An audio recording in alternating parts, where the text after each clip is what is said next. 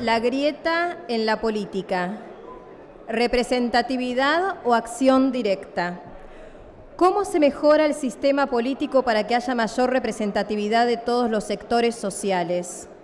¿Cuáles serían los mecanismos y diálogos institucionales necesarios para encontrar soluciones y caminos de convergencia a la representación política?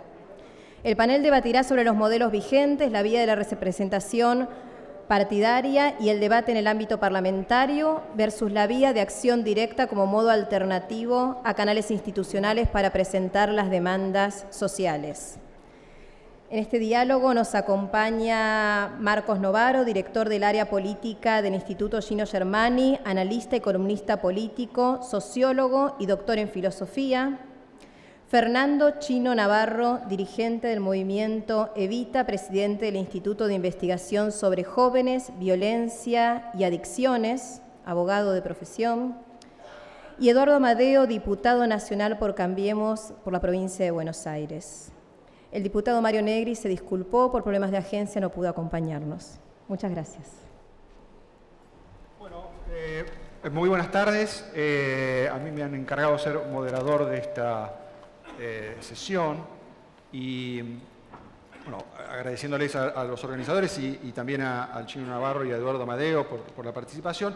La idea del panel es discutir sobre si el sistema político está colaborando a remediar los problemas de la grieta social o agrava esos problemas, ¿no? Y qué cambios pueden introducirse en el sistema político, en su forma de funcionamiento institucional y también en las prácticas y la cultura con la cual utilizamos nuestra vida pública para remediar este problema, digamos, ¿no? Bueno, esperamos que un referente de la oposición y un referente oficialista puedan ofrecernos miradas sobre las iniciativas en danza, los temas en discusión, las posibilidades de acuerdo, de llegar a concordia en este terreno. Y también las diferencias, digamos, ¿no? Las diferencias que no son fáciles de superar y con las cuales tenemos que convivir, que en este campo son muchas, digamos, ¿no? Yo preparé, digamos, un pequeño punteo como para tratar de dar un poquito de orden a esta discusión en tres partes, ¿no? La primera centrada en el sistema institucional y sus déficits. La segunda enfocada en la acción directa en sí y cómo la acción directa gana espacio en nuestra vida pública, por qué y qué se puede hacer con eso. Y la tercera referida más que todo a políticas sociales, específicamente a si los planes sociales contribuyen a resolver los problemas de la grieta social o reproducen esos problemas, ¿no? Reproducen una situación de exclusión o falsa integración. Bueno, con respecto al primer problema, la cuestión de nuestro sistema institucional, digamos, es harto conocido, ¿no? Que tiene muchos déficits que lo vuelven ineficiente. Una de las evidencias de esto es la crónica desconfianza que existe en la sociedad respecto de sus representantes, digamos, ¿no? O sea, en todas las encuestas de opinión, este es un dato muy presente, ¿no? La confianza está concentrada, en todo caso, en unas pocas figuras, figuras consideradas individualmente, pero las instituciones reciben muy poco apoyo, muy poca confianza, y esto contribuye por varios canales a la ineficiencia de esas instituciones, ¿no? En primer lugar, por el hecho de que esas instituciones tienen poca autoridad, ¿no? Tienen autoridad los que están en la cúspide del Estado o en algunas instituciones donde logran administrar recursos, pero las instituciones en sí tienen poca autoridad para tomar decisiones, para hacerlas obligatorias, para hacerlas cumplir. En segundo lugar, nuestro sistema político está muy fragmentado a consecuencia de esta falta de confianza y la proliferación de pequeñas empresas políticas, ¿no?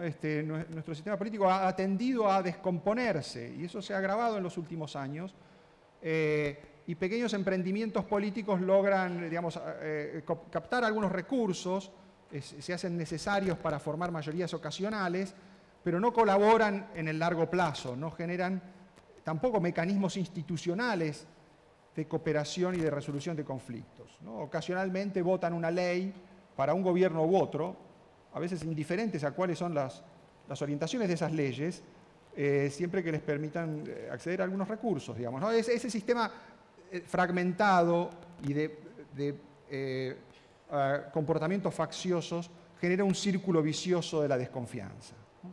Es muy difícil predecir cómo se van a comportar los actores políticos en el futuro, por lo tanto no puedo confiar en que van a ser leales a compromisos de largo plazo, en todo caso puedo llegar a algún acuerdo puntual y confiar solamente en mis recursos, ¿no? Esa lógica de la desconfianza es muy problemática y se han intentado muchas soluciones para remediarlo sin éxito, ¿no?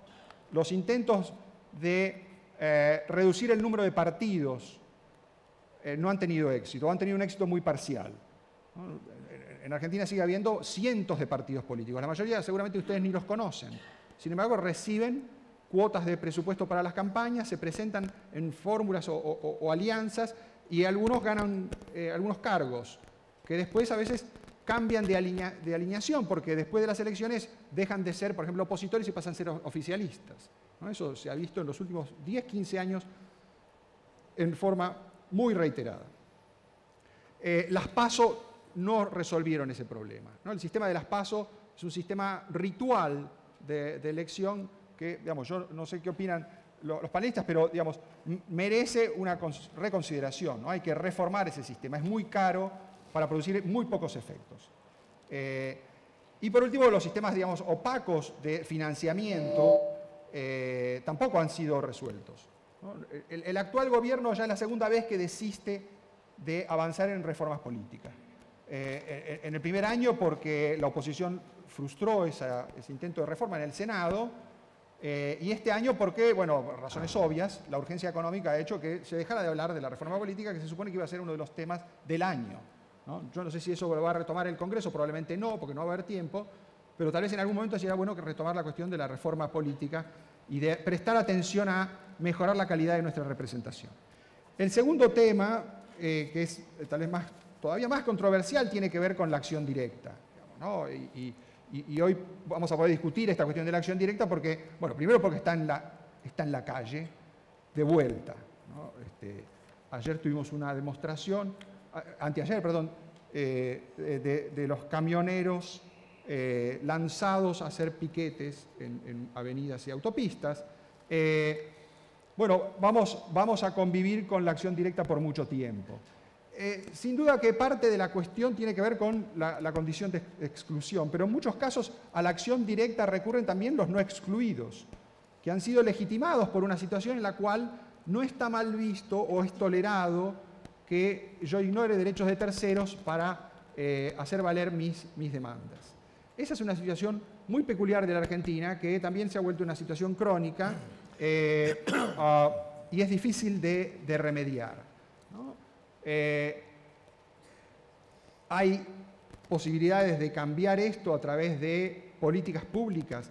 ¿Es posible acotar la acción directa, o por lo menos el daño a derechos de terceros y bienes públicos que suele generar la acción directa a través de acuerdos, o es necesario generar algún tipo de disciplinamiento desde arriba? El Estado tiene que volver a ejercer una autoridad para defender el espacio público, ¿no? Estas son preguntas que están dando vuelta también, que agobian a nuestras actuales autoridades, que intentaron de todo en este terreno, ¿no?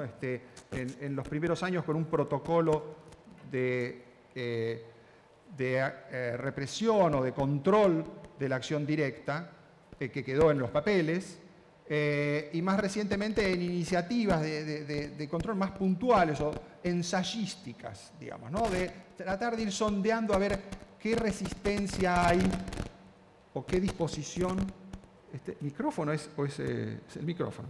¿Qué disposición hay en la sociedad a tolerar o apoyar que el Estado vuelva a ejercer una autoridad sobre el espacio público y sobre los servicios básicos, ¿no? Si un sindicato decide parar en forma sorpresiva el transporte, bueno, hay tolerancia, hay capacidad de usar la fuerza pública cuando ya la negociación no es posible.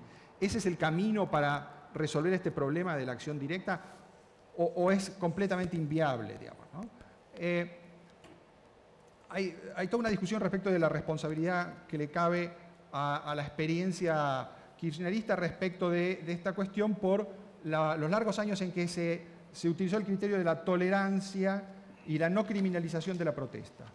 Digamos, eso tuvo un aspecto positivo en bajar los niveles de desconfianza de la sociedad hacia las fuerzas de seguridad, o simplemente lo que hizo fue volver completamente inerme a la sociedad en su incapacidad de recurrir a la fuerza de seguridad, ¿no? Ahí también hay un debate respecto de si ese ha sido un camino que hay que digamos, valorar, por lo menos en alguna medida, o hay que completamente dejar de lado y enfocarnos en una visión más estatalista del problema de la seguridad y el orden. El orden público finalmente en todos lados lo garantiza el Estado.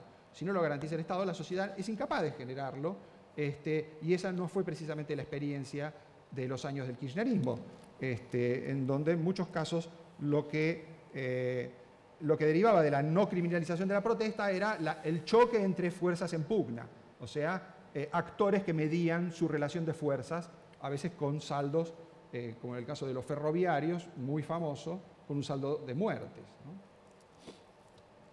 Bueno, también resolver este problema se está volviendo muy urgente por el daño que se genera no solamente a la convivencia cotidiana, sino a la legitimidad de los reclamos, ¿no? La visión que tienen muchos actores de la sociedad de que la protesta social es básicamente el recurso a instrumentos extorsivos para que pequeñas minorías bien organizadas saquen provecho de situaciones que son completamente ilegítimas, ¿no?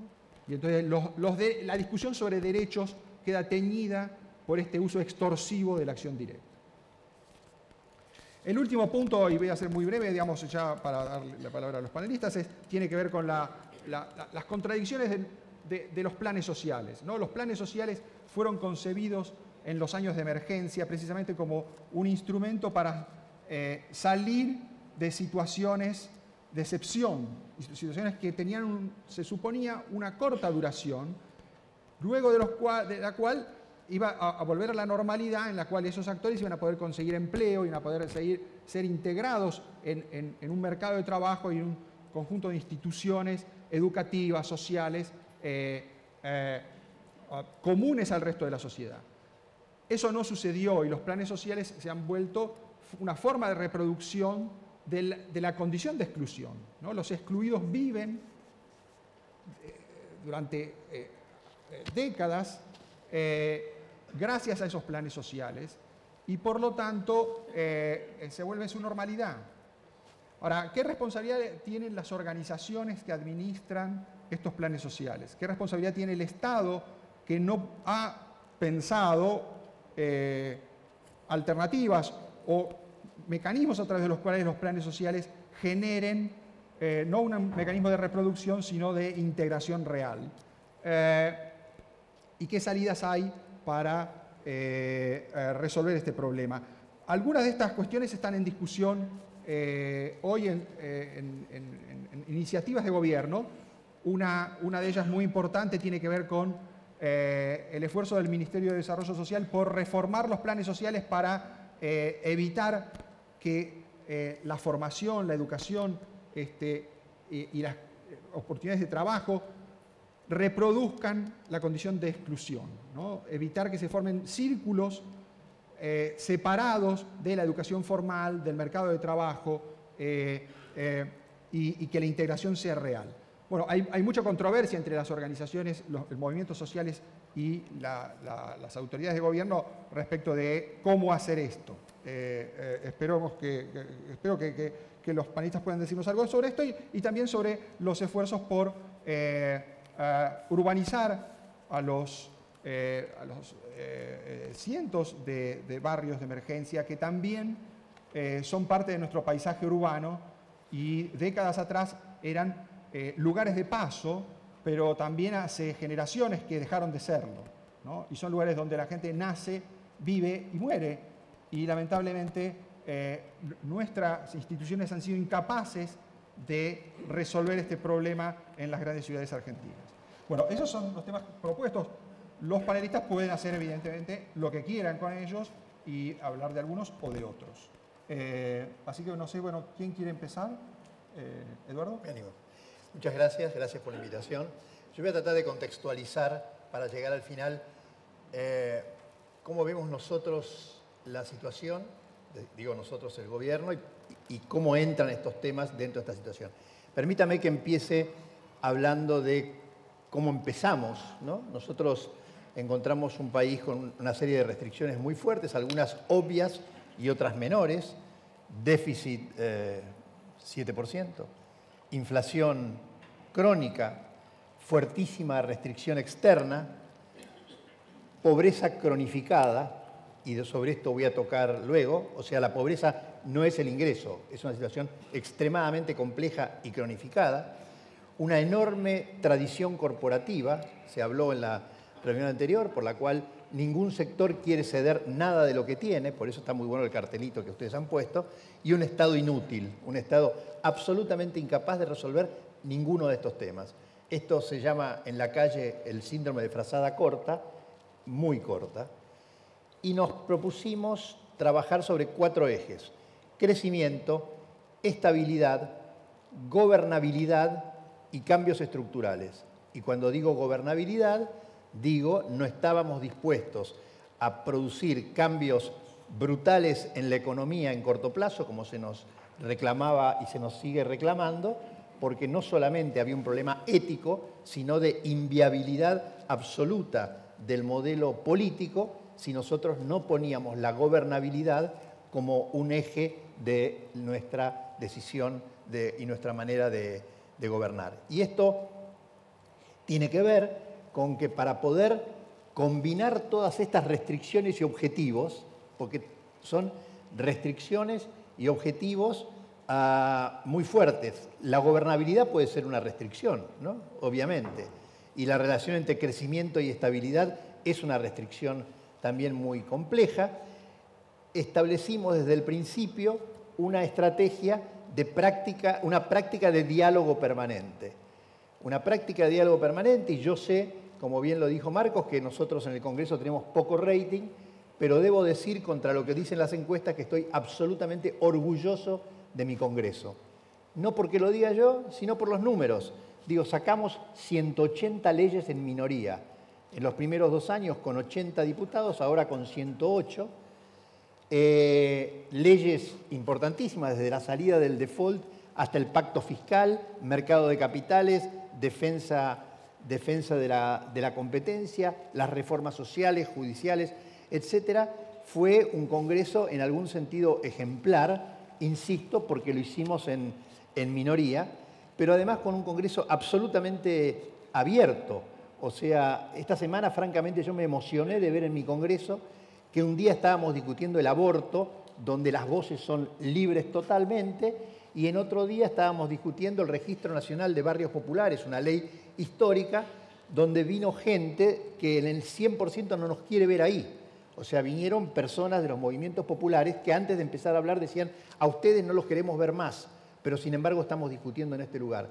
Ese Congreso es un elemento central para la respuesta de algunas de las preocupaciones que vos planteás, Marcos. Yo creo que el sistema ha funcionado en ese sentido, tal vez haya que mejorarlo.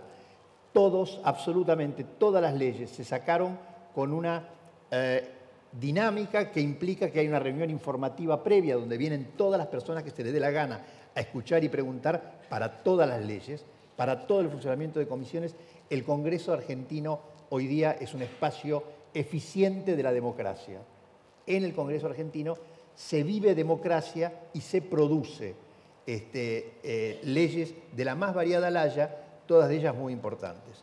Además optamos por una política fiscal muy audaz, que nos ha merecido repetidas y continuadas críticas de un sector del espectro ideológico, por donde el 60% de nuestro gasto es social y hay que sostenerlo, descartando totalmente los pedidos de ajuste y además con una importantísima inversión en obra pública que va a cambiar el perfil de la Argentina, aunque alguien nos puede decir se jugaron demasiado y fíjense lo que pasó hace 15 días.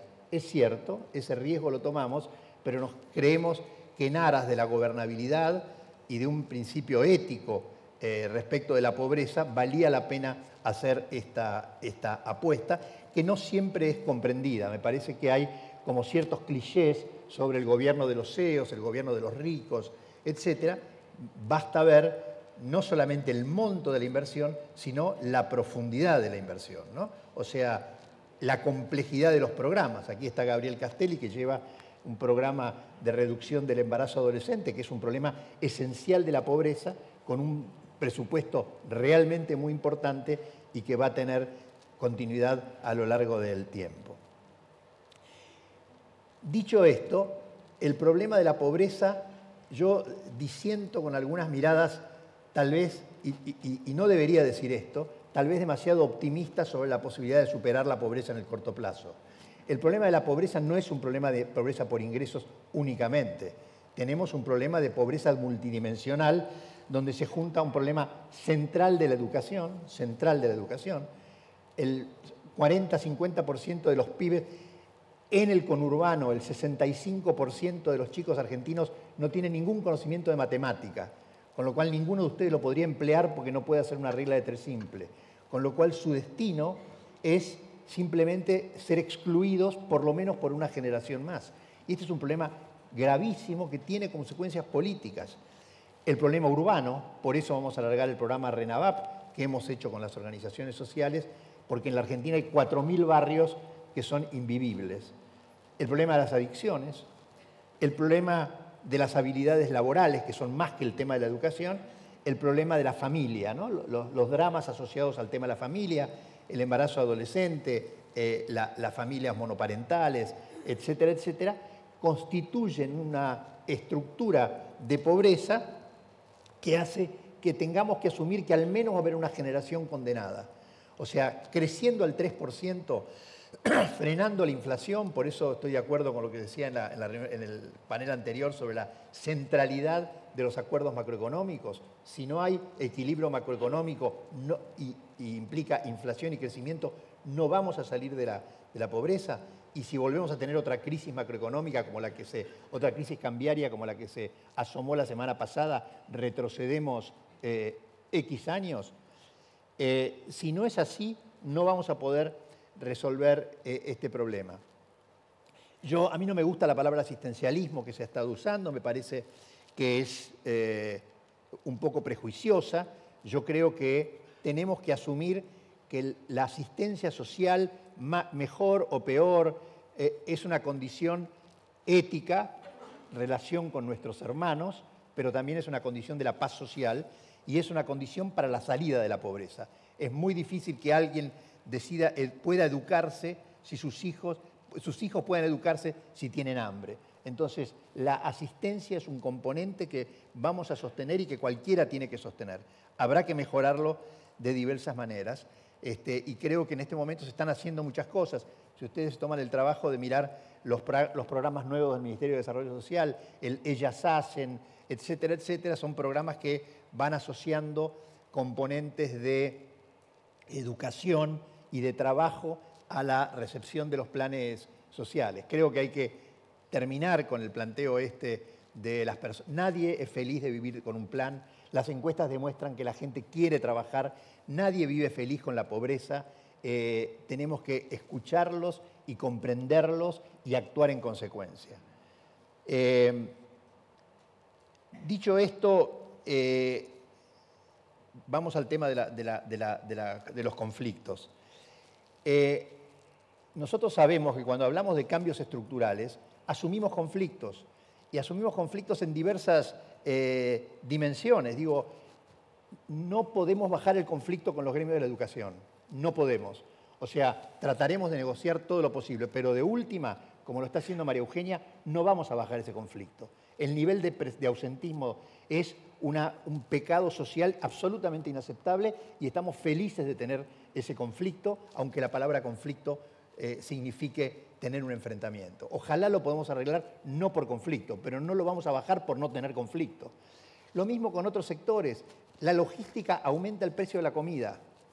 Digo, hay que resolver el problema de la logística en la Argentina, que puede ser que tenga nombre y apellido, sí, tiene nombre y apellido, pero el precio de la comida para los pobres tiene un componente de logística que es necesario reducir.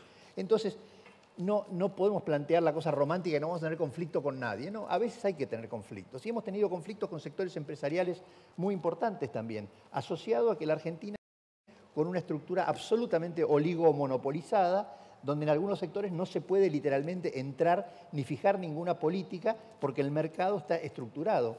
Y tenemos que asumir esos conflictos, y por eso Marcos hablaba de conflictos menos visibles o más visibles. Hay conflictos mucho más sutiles, nosotros los vivimos todos los años con la discusión del presupuesto. Ustedes no saben lo que fue el fin de año pasado con los impuestos, pero hay que bancarse esos conflictos. Ahora, estos conflictos no están en la calle, y creo que hemos venido a hablar de los que están en la calle, pero estos existen y hay que asumirlos. Dicho esto, es cierto que el sistema político hay que reformarlo. Vos dijiste, el gobierno ha desistido. Yo no sé si hemos desistido, tenemos que esperar, en todo caso, juntar el número para poderlo lograr o ir paso a paso. No tengo opinión sobre las pasos, no es una de las cosas de las que yo sé, pero sí sé que la reforma política que nosotros propusimos es una reforma política francamente importante, desde el voto electrónico, la boleta única, que tiende a pegarle duro a las cofradías que hay en la política territorial para permitir que la votación sea más transparente. También el tema de la transparencia respecto del financiamiento. Yo creo que en eso sí tenemos que hacer un avance y nos vendría muy bien la presión social que se sostenga en ese tema. Está bien que la sociedad nos exija mayor reforma y mayor transparencia para darle oportunidad a la buena política que crezca y para que no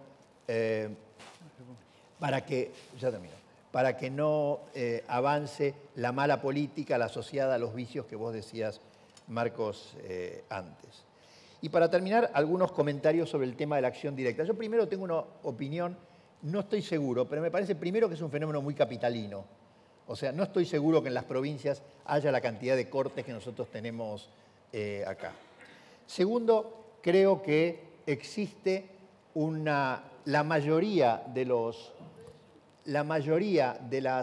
los actores sociales son actores sociales con los cuales tenemos un nivel de diálogo muy importante, donde hemos discutido leyes sociales importantes, pero hay sectores que tienen el afuera como opción, o sea, que no pueden sino vivir del conflicto. El conflicto es su razón de ser y uno lo ve cotidianamente respecto de la manera como ese conflicto se da. Por ejemplo, el hecho de que cuando una de las organizaciones corta, al día siguiente viene la otra y corta, y luego viene la otra y corta.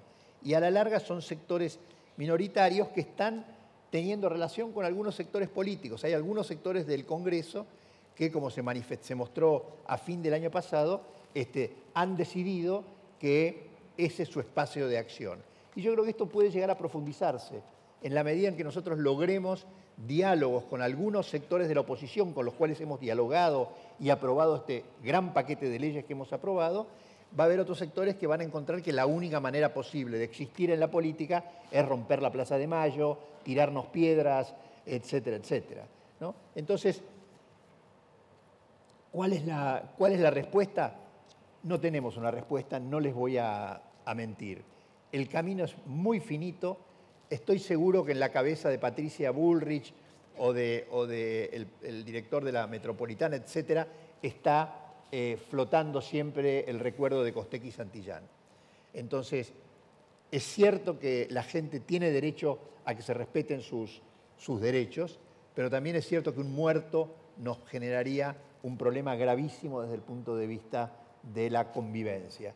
Entonces, es un proceso de avances infinitesimales, donde lo que tenemos que hacer es dialogar con las organizaciones, dialogar con la política, aislar a los violentos, quitarle espacio político y desde allí poder generar un nuevo ámbito para la construcción política. Muchas gracias.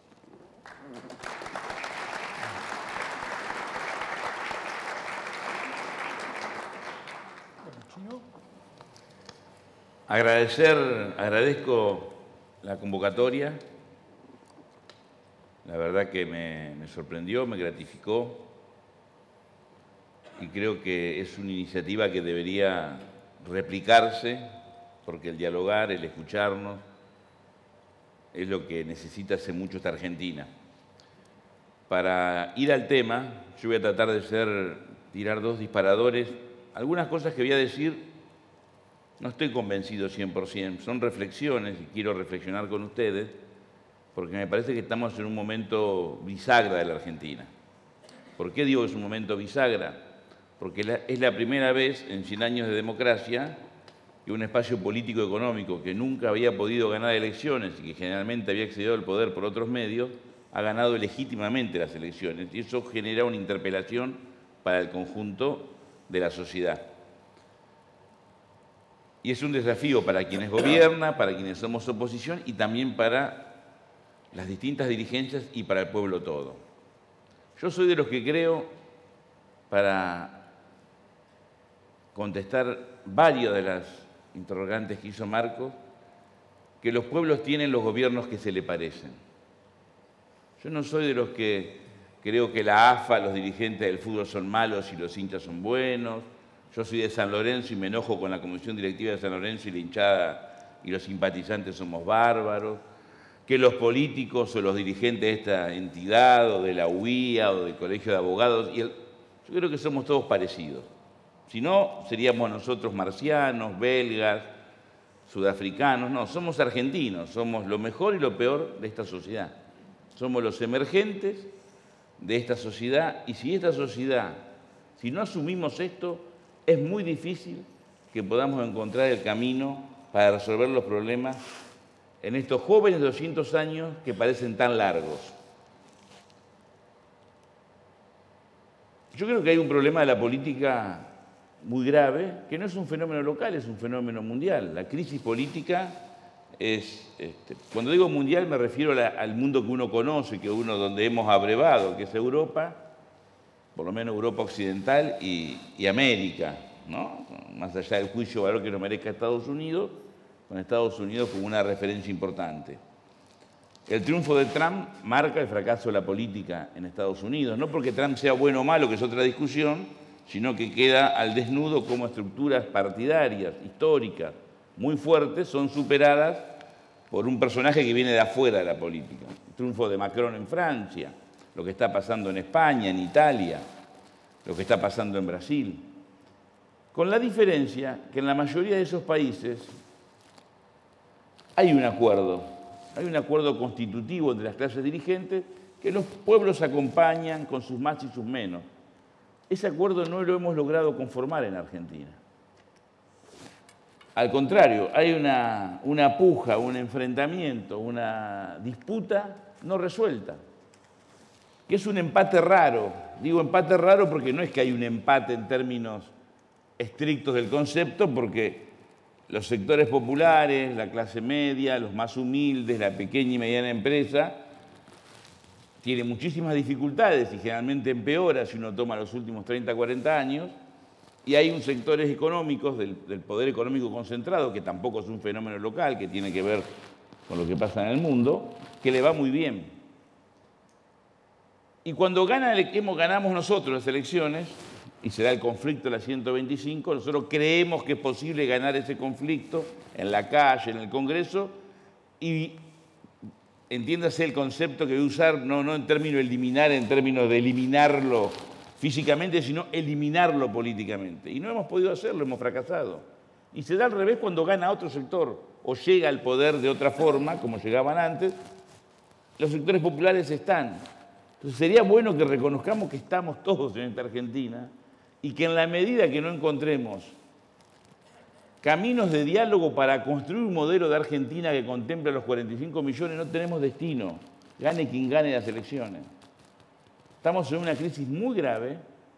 Yo integro una organización social que se llama Movimiento Evita, Estuvimos reunidos ayer y hoy, y estamos reunidos discutiendo la coyuntura, y el compromiso que nosotros tenemos y le hemos planteado a todos nuestros compañeros de todo el país es que no hay que trabajar para agudizar la crisis que existe, pero cuando decimos agudizar la crisis me refiero, es un disparate pensar en recrear el 2001 salvando la diferencia, porque hoy no es el 2001, digo, pero trabajar para agudizar los conflictos. Hay que trabajar para resolver los problemas. No es fácil.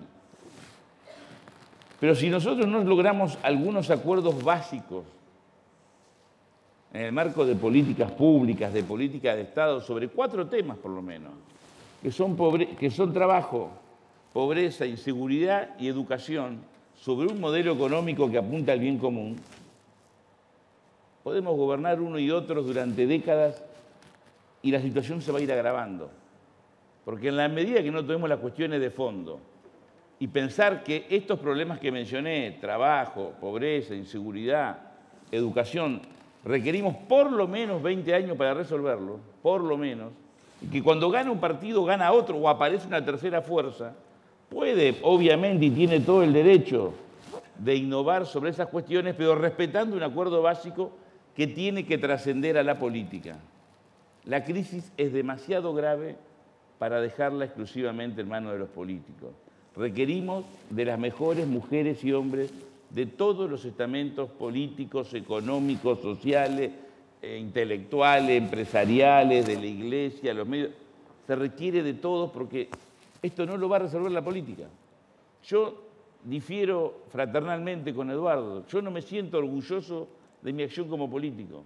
Al contrario, siento que debo. Siento que he hecho muy poco en función de resolver problemas concretos. Yo empecé a militar post-dictadura. Por supuesto, era muy contrario a Alfonsino y me arrepiento. Dije tantas pavadas. No es que digo que había que apoyarlo, pero no comprendimos la Argentina que asumía Alfonsín. Y si uno toma los parámetros, reivindicando absolutamente el sistema democrático a quien defendemos hasta las últimas consecuencias, todos los parámetros políticos, económicos, sociales han empeorado. Es decir, no podemos decir que la política ha dado respuesta, al contrario, hay más pobres, hay más inseguridad, la educación es peor, la calidad institucional, los dirigentes. Hablo de la política, no quiero englobar a todos, pero creo que debe ser general. Recuerden los nombres de 10, 12 dirigentes de la década del 60, del 70. No quiere decir que ellos hayan sido mejores porque han dejado un país redondo, no. Dejaron un país bastante complicado, pero había otra mirada estratégica. Usted piensa en Perón, piensa en Frondizi, piensa en Ilia, mire lo que voy a decir, Onganía, Kreger, Bacena, y había una mirada de industria, había una mirada de desarrollo. Hoy estamos todos en la coyuntura, mirando la encuesta, a ver qué dice, qué conviene decir. No se nos cae una idea. Y lo más grave es que las ideas están, ni siquiera hay que pensarlas, hay que buscarlas, sacarla de la biblioteca y aplicarla. Entonces estamos en una situación que si no entendemos, que si no hay una vocación de sentarnos en una mesa, o se sientan los que se tienen que sentar, con consenso social, con participación popular, porque también esta política está en crisis porque no representamos a quienes nos votan. Primero que ni saben que nos votan la mayoría de la gente. Porque en la boleta algunos somos más conocidos, otros menos conocidos. Entonces, si le pregunto, denme el nombre de 10 diputados nacionales o de 5 senadores, y sí, hay 3 o 4 que salen fácil, pero no es fácil llegar a 10, ¿eh? Si digo, ¿qué provincia es usted? Catamarca, denme el nombre de 2 diputados de Catamarca. Esa es la realidad, y estamos hablando en un ámbito de dirigentes, vinculados, informados a la política, a la cosa pública. No representamos nuestra base social. Por eso estamos en contradicción. Por eso hay un descreimiento de la gran mayoría de la población con los partidos políticos, con los dirigentes y con la política. ¿Qué pasa después cuando usted ve esa encuesta de Fuerzas Armadas, Poder Judicial, etcétera, etcétera? Todo el gremialismo político, el nivel de aceptación es bajísimo. Entonces, eso nos tiene que hacer reflexionar. Este sistema político está perimido, agotado. Es verdad que el Congreso funciona, que hay comisiones, no se entera nadie. Nadie sabe lo que se vota, porque además lo que se vota después no se aplica. Y eso nos toca a nosotros, a ellos, a los otros. No es un problema particular de una fuerza, tiene que ver con nuestra forma de ser. Entonces me parece que estamos en una encrucijada, mirando lo que está pasando en el mundo y en Argentina, que si no reflexionamos y no entendemos que para poder seguir debatiendo con Eduardo tenemos que tener sistema, y para poder resolver las cosas tenemos que tener una cancha. Mi papá me decía, si te gustan las manzanas, a mí me dicen chino, pero me llamo Luis Fernando. Luis Fernando, si te gustan las manzanas, nunca cortes el árbol, porque te vas a cansar de comer manzana, pero el año que viene no va a haber una sola manzana. Si nosotros no cuidamos este sistema democrático, ¿dónde vamos a ir a vivir? ¿Se acuerdan cuando hace 4 o 5 años nos daban Brasil como ejemplo de país a seguir?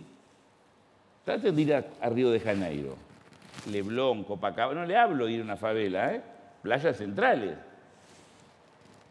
Yo hace 4 años, cuando alguien me decía esto, me peleaba y decía que era un disparate creer que nos íbamos a parecer a Brasil porque somos otro país, otra sociedad. Hoy, cuando voy a algunos barrios con dolor, creo que si no cambiamos el rumbo, no sé si dentro de 3, 4, 7, no lo sé, pero vamos a ese camino, porque no hay Estado. Se habla con los comisarios y le dicen, no entro a determinado lugar. Pasan las unidades sanitarias, pasan los hospitales, lo vemos, pasan las escuelas. Y eso que las escuelas, más allá de la crisis de la educación, sigue siendo el único ámbito que el barrio, la familia, el territorio respeta. Entonces me parece que si no nos abrimos a escuchar a los mejores, algunos traen la política, yo creo que la mayoría está en el seno del pueblo, y buscar una gran transformación y no nos comprometemos todos, difícilmente la dirigencia entienda que hay que hacer un acuerdo pensando en 20, 30 años para resolver esos problemas que después, si eso funciona, va a ir resolviendo el resto de la situación de esta Argentina. Estoy siendo muy simplificando, por supuesto, por el tiempo. Y yendo al tema de la pobreza, tenemos una pobreza estructural que arranca en los 70, que se ha ido acrecentando. Yo a veces le pregunto a Agustín y le confieso, mira Agustín, yo camino, Agustín sabe mucho más que yo del tema, y yo no sé cuál es la profundidad de la pobreza. Vos vas al barrio y lo ves, y estás con una familia al lado de un arroyo, y charlás con los vecinos de una cuadra, y la fragmentación es de tal magnitud que en esa cuadra, donde hay 10 familias, las 10 familias expresan realidades sociales, políticas, culturales, económicas, absolutamente diferentes. Eso no era así en los 80. Yo iba a Santa Marta, a Budge, empecé a militar en Loma de Zamora, y había una homogeneidad. El trabajo era un valor, la familia existía, la escuela, la sociedad de fomento. Hoy eso no existe, no existe. Por lo tanto, cuando hablamos de los cortes y la acción directa, yo no comparto que haya acción directa. Ni creo en eso de las estructuras mafiosas. Puede haber algún vivo, avivado, sí, seguramente, pero el problema es más complejo, es más estructural. Nosotros no vemos a los pobres, no los vemos. Los vemos cuando están en una marcha, cuando los vemos en televisión y después nos olvidamos. No hay voluntad de resolver ese problema. No lo pudimos resolver en nuestro gobierno, que hicimos esfuerzo, que dijimos, que medimos, que no medimos, que pusimos recursos en los barrios, no lo pudimos resolver. ¿Por qué? Porque ni siquiera sabíamos qué es la pobreza estructural. Hoy se sabe qué es, pero si no cambiamos la forma de encarar la situación, no lo vamos a resolver. No es con planes sociales, es con trabajo.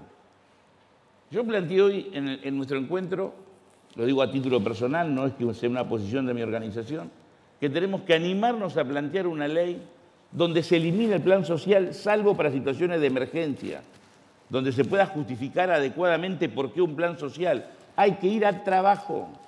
El plan divide, el plan humilla, el plan no nos ayuda. Hace 20 años que tenemos planes y un plan son 4.500 pesos. No es que con eso se saca, 4.500 pesos. Entonces, ¿qué le podemos pedir nosotros? ¿Una familia?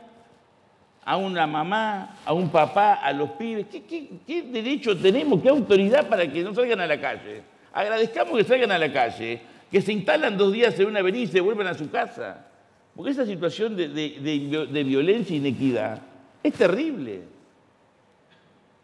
Y la violencia la pobreza para verla, hay que tomarla y resolverla. Y es un desafío del conjunto de la sociedad. No hay planes de educación, eso no es cierto lo que he preguntado. Primero se lo planteamos nosotros al gobierno. Formemos a los beneficiarios de los planes sociales para que pasen a trabajar. Y les cuento experiencias concretas. En San Nicolás se hizo una obra de vivienda, con un acuerdo con un intendente, donde empezaron a trabajar mujeres que la experiencia de trabajo era vender la comida que ellas producían en la ruta o en la calle. Y fueron a trabajar en la construcción. Algunas de ellas hoy son capataces y ponen el cerámico o el azulejo, que es difícil, que no es lo más fácil, y lo han aprendido en la práctica, se habrán equivocado. Esa es la única forma, el trabajo. Por supuesto que no, si le das una computadora a un compañero que no sabe, como dijiste vos, hacer regla 3 simple, pero hay cosas que este país necesita 1 millón de viviendas. Sabemos las cloacas que no hay, el agua que no hay, las veredas que no hay, los asfaltos que no hay. Miren el trabajo de la... Yo le planteamos al gobierno, dejamos una carpeta, le discutimos que en 3 años se puede crear 1 millón de puestos de trabajo. Por supuesto, obra pública con mano de obra intensiva, con pico y pala, como se dice. Vamos a suponer que estamos equivocados, pero discutamos esa idea, no son 1 millón, son 400.000, son 700.000. Lo mismo con la agricultura familiar. El gremio que más crece en Alemania es el que cuida ancianos. Nuestros viejitos están solos. ¿Y cómo se paga? Con el dinero de parte de la familia y parte del Estado. Y nosotros malgastamos dinero en el PAMI sin saber a quién cuida a nuestros abuelos en un geriátrico. Así que el dinero está, lo administramos mal porque no conocemos los problemas y porque la politiquería nos gana a la hora de decidir. Por eso, y termino, a pesar de esto que yo les describo que pareciera que es el pesimismo, que es apocalíptico, yo tengo confianza. ¿Por qué? Yo siempre le decía a Emilio Pérsico que cuando yo me sumé al movimiento Evita, veía a los compañeros que marchaban con la cabeza gacha, arrastrando los pies. Y yo le decía, pero parecen los derrotados Vilcapugio y Ayohuma, así no podemos. Y lo decía con pena, porque es muy feo ver personas marchar con la cabeza gacha. En la última marcha federal,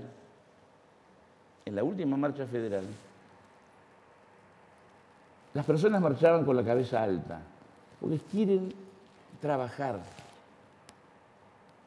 Obviamente que esto no lo logramos solo, hay un gran apoyo de la Iglesia, el mensaje de Francisco de tierra, techo, trabajo es fundamental, la religiosidad de nuestros sectores populares, sean católicos, evangelistas, estén con el gauchito Gil, es muy importante, pero tenemos que confiar en la posibilidad que ellos se organicen. No vayamos, tema adicciones, ¿qué debemos decir nosotros? Una madre de Villa La Madrid, ¿cómo se resuelve el tema de adicciones? Tenemos que escucharla y poner los recursos del Estado para que ella lo administre. Les garantizo que el 80, 99% de las madres va a administrar mejor esos recursos que si lo administra un agente del Estado, un secretario, un asesor o un diputado. ¿Por qué? Porque está en juego la vida de ese pibe.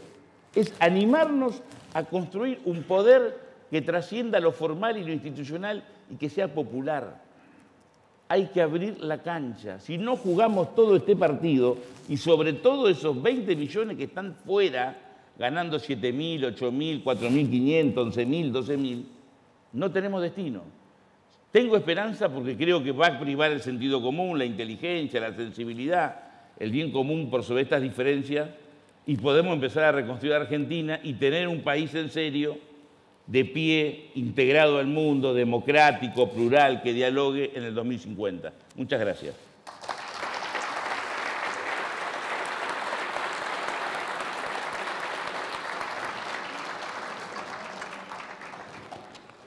Bueno, muchas gracias a los panelistas, aunque tengo que decir que me deprimieron un poco. Lo de los 2050 me deprimió y lo de la generación condenada también, digamos, ¿no? O sea, no es muy optimista la visión que nos... Pero está bien, digamos, bueno, es lo que hay. Yo tengo una cantidad de preguntas y tenemos poco tiempo, entonces voy a hacer así muy rápido. Voy a hacer una pregunta mía, voy a meterme a cada uno, porque los dos hablaron de algo que me pareció interesante pero problemático, que es algo así como los conflictos deseables. Digamos, tanto para el gobierno como para la oposición hay un conflicto deseable. Para el gobierno, bueno, lo dijo Eduardo en forma expresa, ¿no? El conflicto sobre la asistencia docente es para nosotros esencial. No aflojamos. no queremos un acuerdo rápido ahí. Queremos, el conflicto se va a desarrollar, digamos, eso va a durar. Mi pregunta sería, digamos, puede ser un objetivo programático que justifique eso. Ahora, ¿el gobierno elige esos conflictos con el criterio de que son los más importantes, de que son los que se pueden resolver, o son los que en la arena pública reconstruyen la polarización que le conviene? ¿Por qué pregunto esto? Porque ese es el ejemplo del kirchnerismo, que durante más de una década reprodujo conflictos sin resolverlos y los eligió precisamente por eso, porque no eran resolubles, eran conflictos que le servían para armar la escena. Entonces, mi pregunta tiene que ver con eso. ¿Cómo los elige? Primero un comentario, que Jesús echó a los mercaderes del pueblo, ¿no? del mercado, o sea que... Bueno. O sea que el conflicto no es malo. No, a ver, usaría un escape que es el sentido común. Digo, es absolutamente obvio desde el punto de vista de la pobreza en la relación entre educación y pobreza. Los chicos argentinos tienen la menor cantidad de horas de clase por año de América Latina. Nosotros tenemos menos de 600, Chile tiene 1200. Es éticamente inaceptable. Ahí tenés un tema. Otro conflicto es con la mala justicia. Es absolutamente elemental. Otro conflicto es con los sectores que usan la protección en detrimento del resto de la sociedad. Hemos tenido conflictos muy fuertes con Tierra del Fuego, etcétera, etcétera. Otro conflicto, insisto, con el tema de la logística y la comida. Digo, en la Argentina, una de las razones de la desfederalización de la Argentina, perdón por la brutalidad, es que el costo de transporte, y eso implica que los pobres no tengan, la gente que está a más de 500 kilómetros de la capital, no tenga trabajo. Entonces, no tengo un baremo para decir este conflicto es bueno, pero cuando vos, por eso yo remarqué que nosotros decidimos que íbamos a producir transformaciones. Otro conflicto tiene que ver con el tema de la relación del Estado con la gente. Cuando un dirigente gremial de uno de los gremios del Estado dice que la productividad es una mala palabra, está diciendo que un médico puede no atender bien a los enfermos, responsabilidad. O sea, cuando vos te planteás un panorama ético y de objetivos de largo plazo y de bienestar de la gente y de responsabilidad del uso de los fondos públicos, tenés que asumir conflictos. Algunos los resolvés, otros no los resolvés. Pero es cierto, por eso digo, yo traje el tema de los conflictos porque estaba en tus preguntas. Y yo digo, hay conflictos que son necesarios e inevitables, otros que son de difícil resolución y otros, como bien acaba de plantear el Chino Navarro, se resuelven dialogando con gente como él. Pero que están y algunos son buenos y necesarios. Bueno, muy bien. Y una pregunta para el Chino, por esta cuestión del enfoque político más general que vos hiciste al comienzo, que me pareció muy interesante y pertinente, y también dibuja un conflicto deseable o más que deseable, no solamente deseable, un conflicto que me da la impresión de que, siguiendo tu argumento, se ha clarificado, ¿no? La idea de que en Argentina la política ha clarificado algo en los últimos tiempos, que es que hay una coalición de gobierno de las clases altas que responde a ciertos intereses y que lo hace abiertamente, y hay, por lo tanto, enfrente un sector popular, ¿no? Y vos dijiste algo que es valioso en esos términos, digamos que es, hemos tratado durante décadas de excluirnos unos a los otros y ahora tenemos que convivir, ¿no? Me parece al mismo tiempo innovador eso, pero también un poquito frustrante por el hecho de que esa separación entre las clases populares y los ricos no reproduce una lógica que es un poquito vieja y poco pluralista, digamos. ¿Este es un gobierno realmente de los ricos o también era un gobierno de los ricos el anterior? Y este también es un gobierno de sectores populares. ¿Cómo hacemos para compatibilizar la necesidad del pluralismo con esas tradiciones políticas que todavía nos pesan, que tienen que ver con la idea de que hay un sector que es el pueblo y hay otro sector que es el no pueblo, que pueden ser argentinos legítimos, pero no son el pueblo? Es una buena pregunta, pero es larga, así que voy a tratar de... Tenemos un minuto. No, primero, la democracia, el sistema democrático nace para articular conflictos. O sea, a mí no me preocupan los conflictos. Lo que me preocupa son conflictos que no resolvemos, que pasan años y no los resolvemos. Lo que pasa es que tenemos un sistema que no los resuelve, los empeora. Hablan de la logística y el gasto. Es un disparate que el camión saque la leche del tambo, la lleve acá al Gran Buenos Aires, a la zona norte, y después la lleve a Jujuy o a Bahía Blanca. Yo nací en San Antonio Este, Río Negro, y consumía la leche que se hacía en Viedma. Y había manteca, y había yogur, y había... ¿Cuántos tambos había? Recordemos, hoy la economía está tan concentrada que la logística es cara, pero porque hay pocos productos, hay dos gaseosas, 3 cervezas, 3 de esto, 4 de lo otro. Tenemos que democratizar la economía, y eso es una decisión de Estado. Porque después vos tenés grandes empresas que pueden trabajar exportando sobre el sector agropecuario con valor agregado, que es el capital con el cual podemos competir. Pero no podemos resolver los problemas, los empeoramos. Y respecto a tu pregunta, yo obviamente generalizo, pero si uno toma, y no quiero ser injusto porque tenemos poco tiempo, quienes ganaron estos 2 años y medio en términos económicos y quienes perdieron, es muy claro que este es un gobierno que expresa determinados intereses que existen. Yo no quiero eliminar el sistema financiero, a los que tienen 10.000 hectáreas de soja. No, quiero que entiendan que, porque acá discutimos, ¿cómo discutimos el tema del costo? ¿Cuánto gana el trabajador? Digo, ¿por qué no preguntamos cuánto gana el empresario? Cambiemos la ecuación. Si vamos a hacer un esfuerzo todo, esos señores que ganaron 10.000 millones de dólares en esta corrida, 11.000, tienen que ganar mucho menos. Un país racional que piensa el bien común, todos tenemos que ganar razonablemente. Por supuesto, el que que invierte, que tiene el capital, que hace el esfuerzo, que investigó, pero no puede ser como hace poco, y por eso digo que no es un fenómeno local, informó un diario británico que el año pasado, de 100 pesos de riqueza que hubo, digo 100 pesos por no decir toda la plata que se generó riqueza, el 83% se la llevó el 1% de la población del mundo. Así no hay ninguna sociedad que tenga viabilidad, ni acá, ni en Inglaterra, ni en Francia, ni en Estados Unidos. Hay que distribuir la riqueza para que haya un piso mínimo de dignidad. Entonces ahí vos podés ser de Claypole y ser sector popular y podés votar a Macri y podés vivir en, qué sé yo, en Pueyrredón y Arenal y votar a una fuerza popular. No pasa por un tema de clase en términos económicos, pasa por qué idea tenemos de nación. Y hoy el voto es más político y emotivo que económico. Si pudiéramos repensar una Argentina entre todos, con matices, con diferencia, con discusión, pero ponernos de acuerdo en algunas cosas básicas, eso se ordenaría.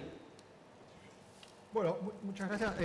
No sé si tenemos unos minutos, muy breves minutos, les vamos a robar para pasar algunas preguntas que les pido a los panelistas, si pueden ser telegráficas en su respuesta, que giran sobre algunos puntos que ya hablaron, pero enfocan un par de cuestiones. Una que viene del panel anterior, que me parece interesante si pudieran decir algo, es si es posible evitar el clientelismo. Me parece que es una pregunta que quedó de algo que dijo en su momento Pratgay, que me parece que puede ser importante que retomen. Otra pregunta tiene que ver con, también, por favor, si pueden ser telegráficos sobre esto, es ¿quién es más eficiente si comparamos los distintos canales de ayuda? El Estado, las ONGs, los municipios, la Iglesia. Me parece que es un tema también digamos, no sé, muy complejo, pero tal vez algo breve se puede decir. Después hay una pregunta para Novarro, que no sé si es Navarro, el chino, o yo, Navarro, pero supongo que será para el chino. Un clon. Que es algo más específico sobre el uso de la fuerza en la calle. Digamos, si esto se puede evitar. ¿Y qué opinan los movimientos sociales de esto? Y ahí, tiene otra cosa que tiene que ver con el peronismo, digamos, y la acción directa. Si esto puede abrir formas a la antipolítica. Bueno, hay 2 o 3 preguntas sobre eso que pueden, no sé si tomarlas o no. Y una pregunta específicamente sobre el achicamiento del Estado. ¿Cómo puede ¿qué esfuerzo puede hacer el Congreso para achicar el Estado y reducir su propio presupuesto y el costo de la política, ¿no? Más en general, no solamente el Congreso, sino el costo de la política. Por último, una pregunta sobre las políticas de Estado. ¿Qué políticas de Estado pueden lograrse a través de acuerdos. Bueno, clientelismo.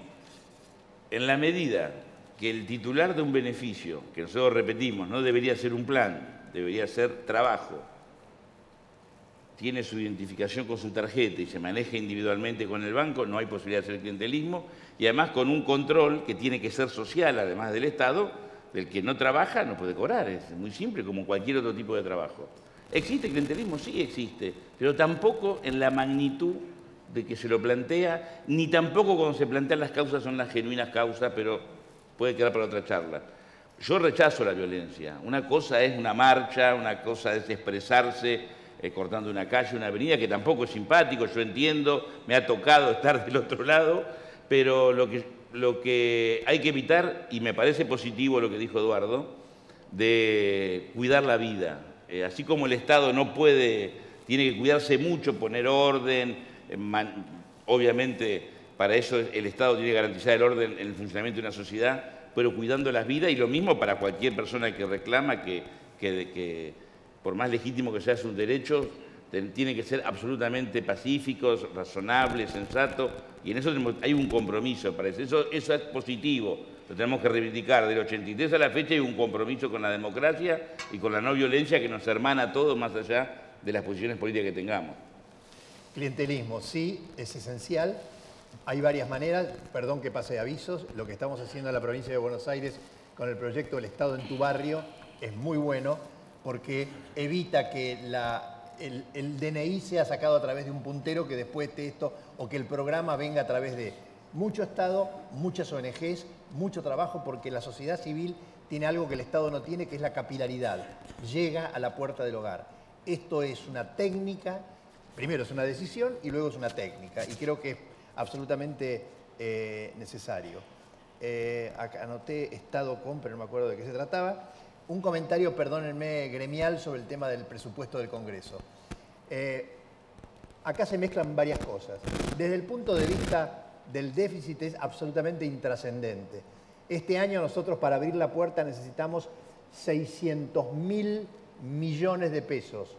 O sea, 6.000 billetes de 100 pesos para poder pagar las jubilaciones, las obras públicas. Ese es el déficit, 600.000, no sé si me equivoco, Alfonso, pero por ahí andamos.